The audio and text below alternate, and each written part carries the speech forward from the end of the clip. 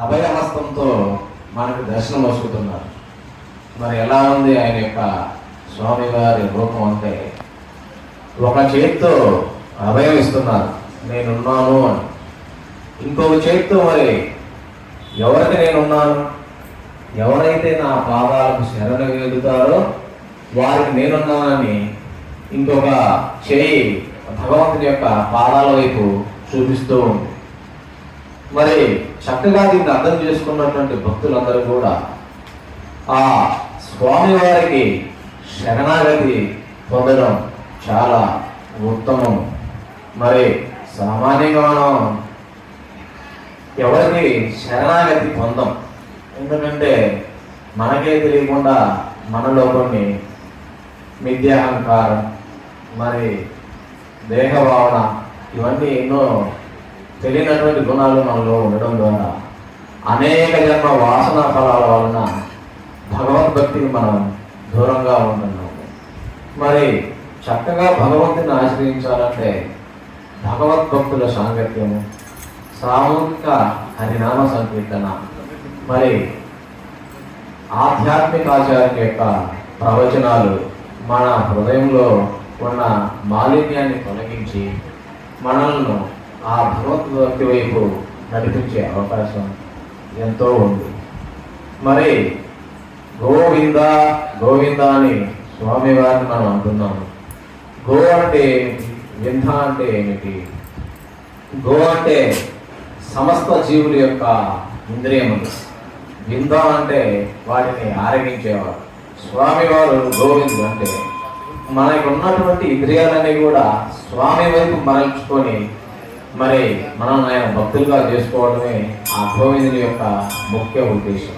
చూసినట్లయితే మరి వెంకటేశ్వర స్వామి అని కూడా మనం అందరం పిలుస్తున్నాం. అంటే పాపములు, కష్టములు, క్లేశములు. కత్ అంటే వాటిని తొలగించేవాడు. వెంకటేశ్వర అంటే పాపాలను, కష్టములను తొలగించేవాడు. కనుక స్వామివారిని వెంకటేశ్వరునిగా మనం పిలుచుకుంటూ ఉంటాం. మరి మనం చూస్తే అందరం కూడా కలియుగంలో ఉన్నాం. కలియుగం భక్తికి చాలా అనుకూలం మరియు సులువైన యుగం. ఒక్క చిన్నపాటి హరినామం చేసినంతనే మనకున్న కోటానుకోట్ల పాపాలు కూడా దగ్ధమైపోతాయి. అవి ఏ విధంగా అంటే, పెద్ద కొండంత దూరు ఉన్నా కానీ చిన్న అగ్నికణము దూదిలో వేస్తే ఏ విధంగా అంత బూడిదగా మారుతుందో, మరి అనేక జన్మాల సంచిత పాపాలు, సంచిత కర్మలన్నీ కూడా ఒక్కసారి హరినామం చెప్పడం ద్వారా అవన్నీ కూడా భస్మీపటం అయిపోతాయి. తెలిసి చేసినా తెలియక చేసిన అగ్నిని పట్టుకుంటే ఏ విధంగా చేయగలుగుతుందో, మనకి తెలిసి హరినామాన్ని చేసినా తెలియక హరినామాన్ని చేసినా మనం చేసుకున్నటువంటి అన్ని పాపాలు కూడా నశించిపోతాయి.